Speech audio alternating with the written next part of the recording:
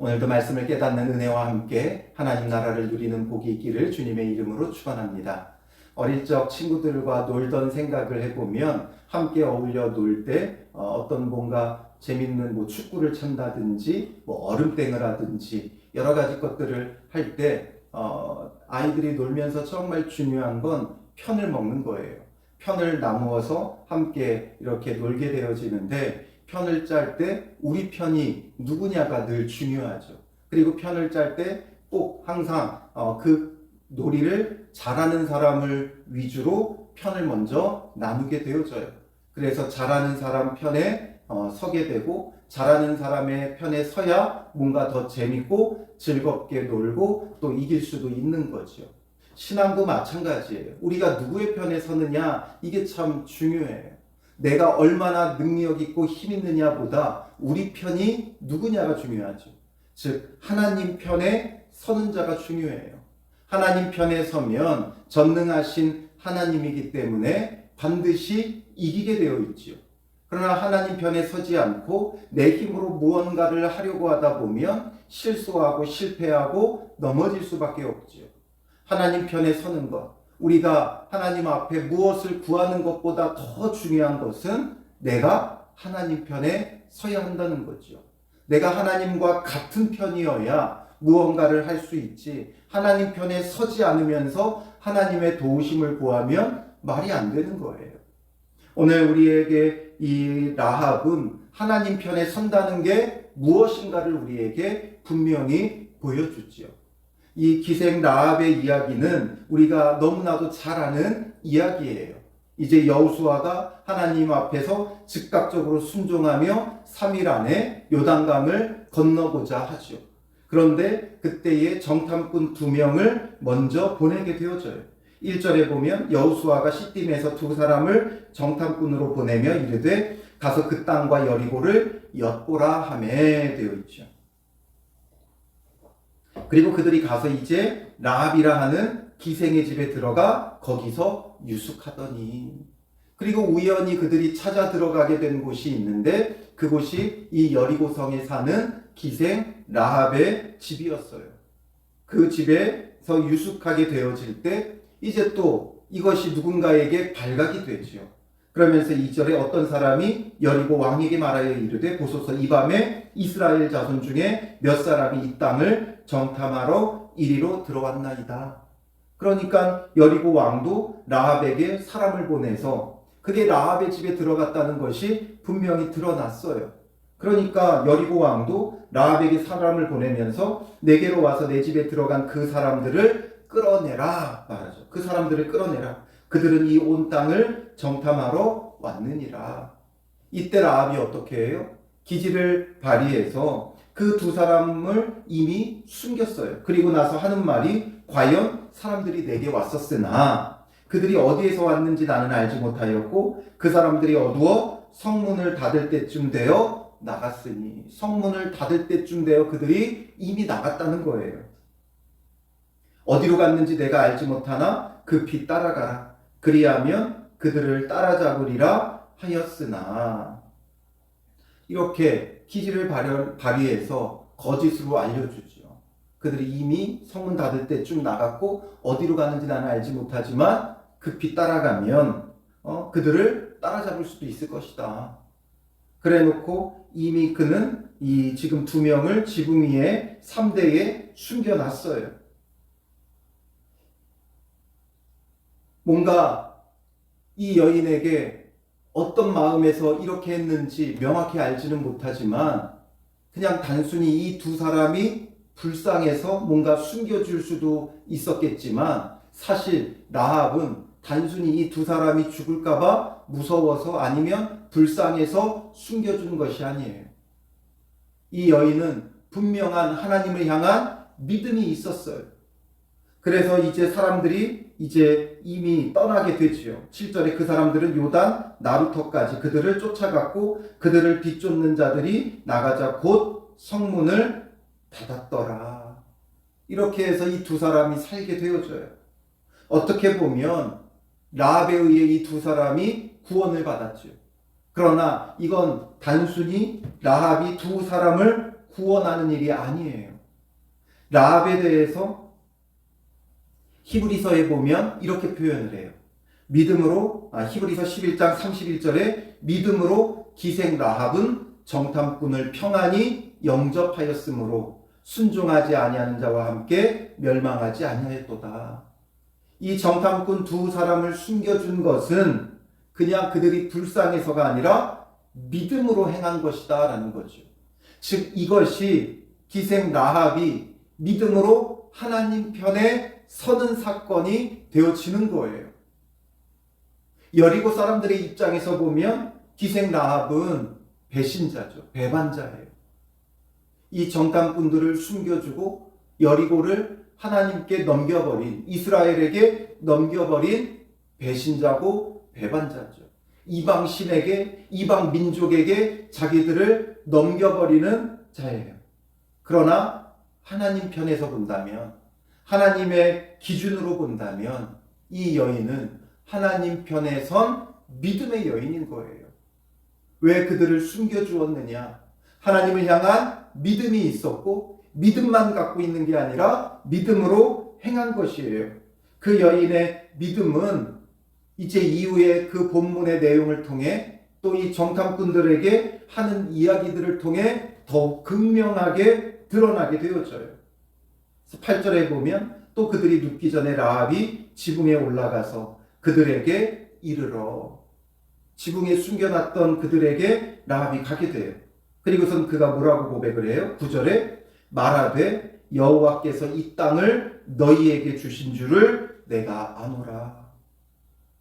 여호와께서 이 땅을 너희에게 주신 줄을 내가 안다. 이게 어떤 고백이에요? 여호와께서 이 땅을 너희에게 주셨다.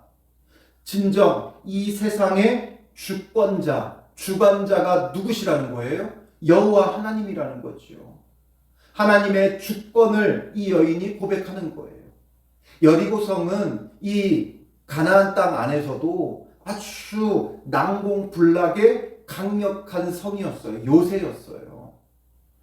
고고학에 따르면 이 여리고성에 대해서 발굴을 해봤더니 성벽이 이중벽이에요. 성벽을 이중으로 쌓고 그 안을 메워가지고 함부로 그 성을 함락시킬 수 없어요. 그렇게 강한 성 안에 살면서도 이 성이 그렇게 강하고 든든하고 자기들이 믿는 신이 있음에도 불구하고 여호와께서 이 땅을 누구에게 주시느냐가 중요하다라는 사실을 알고 있었던 거죠. 여호와께서 이 땅을 너희에게 주셨다. 그러면 누구께 된다는 거예요? 아무리 자기들이 강하게 이 성을 지킨다 하여도 너희에게 넘겨질 수밖에 없다라는 것을 아는 거죠. 그리고 고백하는 거예요. 여기에는 그냥 단순히 여호와께서 너희에게 주신 줄 내가 안다는 게 아니라 하나님의 주권자 되심을 인정하는 거예요. 하나님이 이 세상의 진정한 주관자시고 주권자시고 이 온 세상의 주권을 가진 분이라는 것을 고백하는 거죠.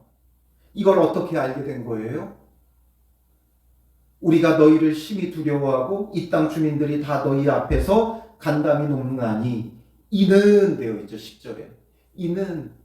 이는이 굉장히 중요해요. 원인, 이유에 대해서 밝혀주고 있죠. 하나님이 주권자 되심을 그가 어떻게 알게 된 거예요? 너희가 애굽에서 나올 때에 여호와께서 너희 앞에서 홍해물을 마르게 하신 일과 너희가 요단 저쪽에 있는 아모리 사람의 두 왕 시온과 옥에게 행한 일, 곧 그들을 전멸시킨 일을 우리가 들었음이니라. 하나님께서 이스라엘 백성을 위해 행하신 일들이 소문이 난 거예요. 그 소문을 듣고 여호와께서 홍해물을 마르게 하셨다는 것을 들었고 또 이스라엘 백성이 요단 동편 땅으로 진격해 올라올 때 그 땅에 강력한 두 왕이었던 시온과 옥을 전멸시킨 것을 들었다라는 거죠. 이걸 누가 했다는 거예요? 단순히 이스라엘 백성이 했다는 게 아니라 여호와께서 그렇게 하신 일이라는 것을 이 여인은 듣고 진정한 주관자는 하나님이시구나. 이것을 깨달은 거지요. 즉 홍해물을 마르게 하시는 것, 시온과 옥을 완전히 전멸시키는 것 여호와께서 하셨는데, 그러므로 이 여호와의 능력이 어떠하다는 거예요? 바로 전능하신 하나님을 그가 들어서 알게 되어졌고, 그 전능하신 하나님에게 모든 주권이 있음을 고백하고 있는 거예요. 그래서 11절에 우리가 듣자 곧 마음이 녹았고 너희로 말미암아 사람이 정신을 잃었나니, 너희 하나님 여호와를 고백을 해요. 위로는 하늘에서도 아래로는 땅에서도 하나님이시니라. 하늘에서도 하나님이고 땅에서도 하나님이고, 즉 어디서나 하나님이시다라는 거죠. 이 당시 이 시대 사람들의 신의 개념은 어떠하다 그랬어요? 지역신이었어요. 어디 일부에 국한된 신이에요. 그러니까 거길 가면 그 신을 따라야 돼요. 그러나 이 여인이 보니 하나님은 어디에 국한된 하나님이 아니라, 이스라엘만의 하나님이 아니라 하늘에서도 하나님이고 땅에서도 하나님이고, 즉 유일하신 하나님이시고 지존하신 하나님이시고 어디서나 정말 온전하게 온 우주의 하나님이신 것을 이 여인은 고백하고 있는 거예요. 하나님이 누구신지를 들었고 알았고, 그래서 믿음으로 고백하죠. 하나님의 주권을 고백하고 또 하나님의 유일하심, 지존하심을 고백하는 거예요. 그러면서 하나님 편에서는 믿음의 여인이지요. 그래서 12절의 결론이 뭐예요? 그러므로 이제 청하노니 내가 너희를 선대하였은즉 너희도 내 아버지의 집을 선대하도록 여호와로 내게 맹세하고 내게 증표를 내라. 그리고 나의 부모와 나의 남녀 형제와 그들에게 속한 모든 사람을 살려주어 우리 목숨을 죽음에서 건져내라. 자기와 자기 가족을 구원해 줄 것을 요청하지.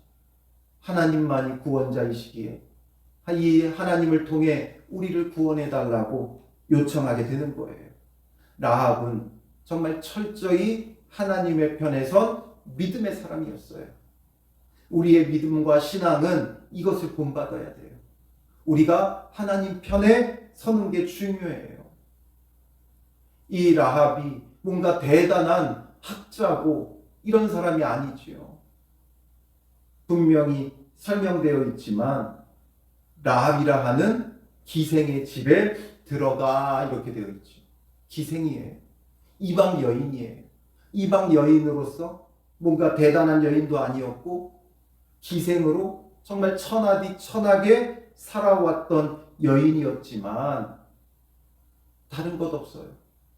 하나님을 인정하고 하나님 편에 서게 되니까 이 여인이 얼마나 귀한 여인이 되어져요.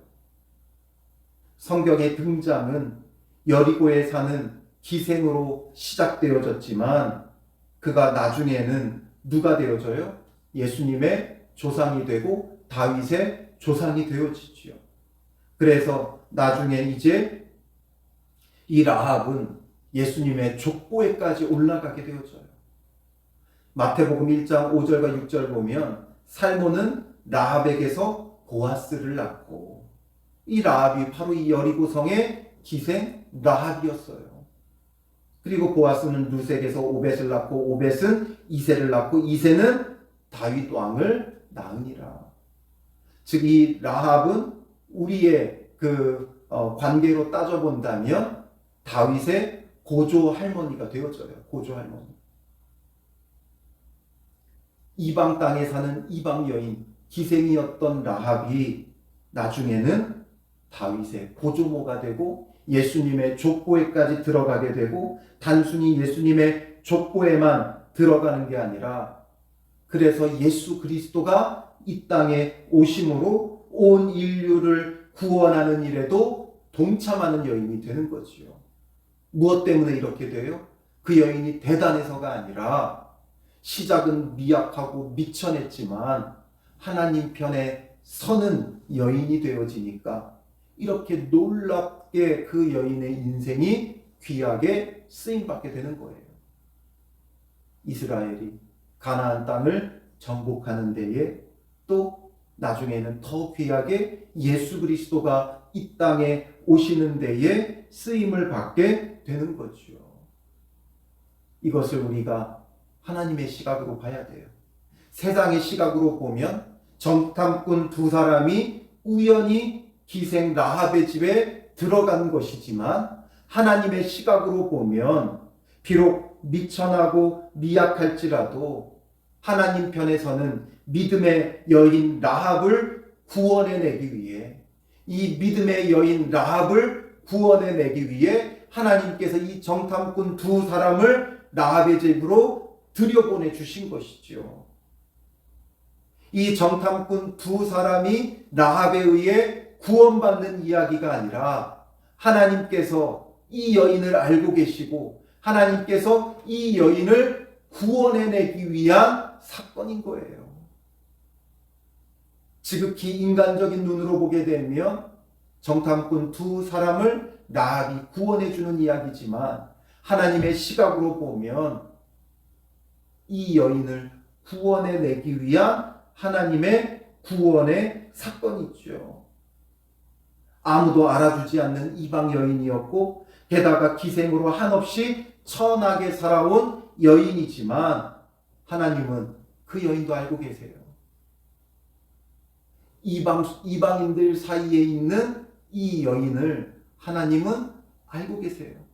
그리고 정확히 그 여인을 구원하기 위해 정탐꾼을 보내 그 여인의 집에 기숙하게 하시고, 그리고 이 일을 통하여 그 여인이 구원받게 하시는 하나님이시다라는 거죠. 계속 강조하지만, 주일에 우리가 창세기 말씀을 보면서도 계속 강조하지만, 우리가 어디 있느냐는 중요하지 않아요. 어디로 가느냐는 중요하지 않아요. 왜냐하면 하나님 편에 선 믿음의 사람은 하나님이 알고 계세요. 어디 있든지 어디로 가든지 무엇을 하든지 하나님께서 알고 계시며 하나님께서 구원의 일들을 이루어 가시는 것이죠. 우리에게 이제는 하나님의 시각이 필요해요. 우연히 되어지는 게 아니라, 환경 따라 되어지는 게 아니라, 힘 있는 자들에 의해 되어지는 게 아니라, 우리에게 벌어진 모든 일들은 정확히 하나님의 구원의 일들이라는 거지요. 우리의 삶에 우연은 없어요. 나를 구원하기 위한 정확한 하나님의 일하심이에요. 요즘 우리나라의 정치적인 상황이 정말 말도 못하게 혼란스럽지요. 그러나 염려하지 마세요. 이런 일들 가운데도 나를 구원하기 위한 하나님의 그 섭리는 끊어지지 않고 있어요. 우리가 뭔가 이런 환경과 상황 속에, 소용돌이 속에 휘몰아치며 정신을 못 차리지만, 그러나 그 일들 가운데도 하나님의 구원의 일은 멈추지 않아요. 다만 내가 하나님 편에 서기만 하면, 하나님 편에 서기만 하면, 이기는 편 우리 편이 아니라 하나님 편에 서면 그 편이 이기는 거예요. 늘 반드시 이기는 편인 하나님 편에 서면 우리에게 벌어지는 모든 일들, 더 나아가 우리 가정에 벌어지는 모든 일들, 또 더 나아가 우리의 일터의 학교에 벌어지는 모든 일들, 더 나아가 이 나라 이 민족에 벌어지는 모든 일들, 더 나아가 온 세계에 벌어지고 있는 일들, 또 온 자연에 벌어지는 일들, 또 온 우주에 벌어지는 모든 일들은 하나님께서 정확히 나를 구원하게 하기 위해 일하고 계시는 하나님의 주권적인 일들이다라는 거지요. 우리를 정확히 알고 계세요. 정확히 알고 계세요. 그리고 우리를 온전하고 완전하게 구원하기 위해 하나님께서 일하고 계세요. 졸지도 아니하시고 주무시지도 아니하시는 하나님께서 나를 구원해 가고 계신다는 거죠. 그러므로 우리는 이 믿음을 가지고 진정한 주권자이신 하나님, 전지전능하신 하나님, 유일하시고 지존하신 그 하나님을 믿고 그분의 편에 서서 그의 구원을 누리는 참 믿음의 사람들이 되시기를 주님의 이름으로 축원합니다. 기도하겠습니다. 살아계신 아버지 하나님, 나를 알고 계시는 주님, 비록 세상이 나를 몰라도, 세상에서 천하디 천해도 지극히 작고 미약하다 할지라도 그 누구도 나를 알지 못하고 아무도 알아주지 않아도 하나님께서 우리를 정확히 알고 계시고 우리를 구원하기 위하여 오늘도 졸지도 아니하시고 주무시지도 아니하시며 구원의 일들을 주권적으로 이루어 가시는 하나님이신 것을 믿습니다. 믿음으로 주님 편에 오늘도 서는 자 되게 하시고 주님께서 우리를 위하여 행하시는 구원의 일들을 믿음으로 바라보며 믿음으로 감당해 나아갈 수 있도록 인도하여 주시옵소서. 내 뜻대로 내 능력으로 무엇을 하려고 분주하게 움직이는 하루가 되지 말게 하시고 오늘도 묵묵히 주님의 편에 서서 주님의 일하심을 바라보며 주님의 구원을 구하며 나아가게 하옵소서. 어떤 일이 벌어진다 할지라도 두려워하지 말게 하시고 놀라지 말게 하시고 강하고 담대하게 하나님 편에 서서 하나님의 도우심을 구하는 믿음의 하루가 되게 하여 주시옵소서. 정확히 나를 구원하시기 위하여 일하시는 하나님의 구원의 일들을 누리는 복된 하루가 되게 하여 주실 줄 믿사오며 예수님의 이름으로 기도합니다. 아멘.